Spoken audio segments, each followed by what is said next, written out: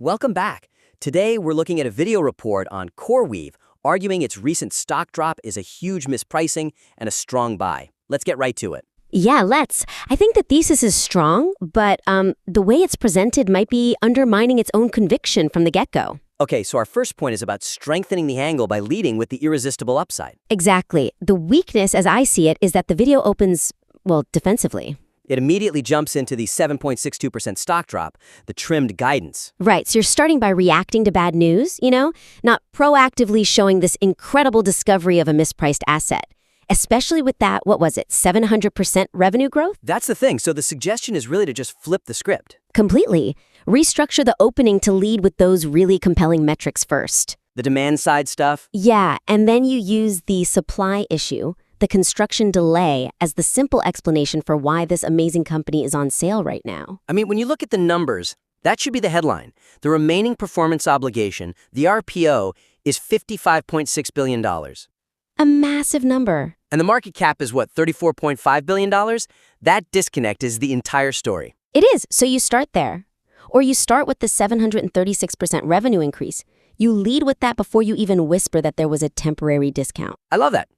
But, when you hit an audience with a number like $55.6 billion, it immediately raises a question. A big one. Which brings us to the second point, mitigating client concentration risk for a more robust argument. Yeah, that's the glaring red flag for me. The material leans so heavily on that huge backlog. But it all comes from a tiny number of clients.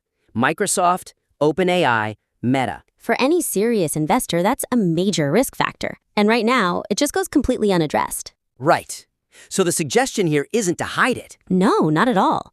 You have to bolster the argument. You acknowledge the concentration head on. And then you explain why, in this specific case, the normal rules don't apply. Exactly. You explain why CoreWeave's niche, this AI infrastructure, or their specific contracts, why that mitigates the risk of having all your eggs in just a few baskets. So a concrete example would be to just briefly mention if those RPO contracts are, say, non-cancelable. Perfect.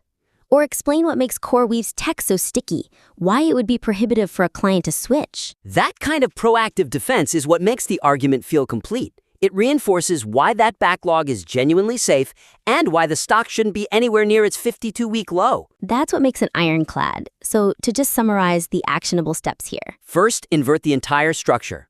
You have to lead with the overwhelming financials, that $55.6 billion RPO versus the $34.5 billion market cap, to justify the strong buy immediately. And second, add a really focused section that proactively tackles that client concentration risk. You address it and you mitigate it to make that safety net argument truly believable.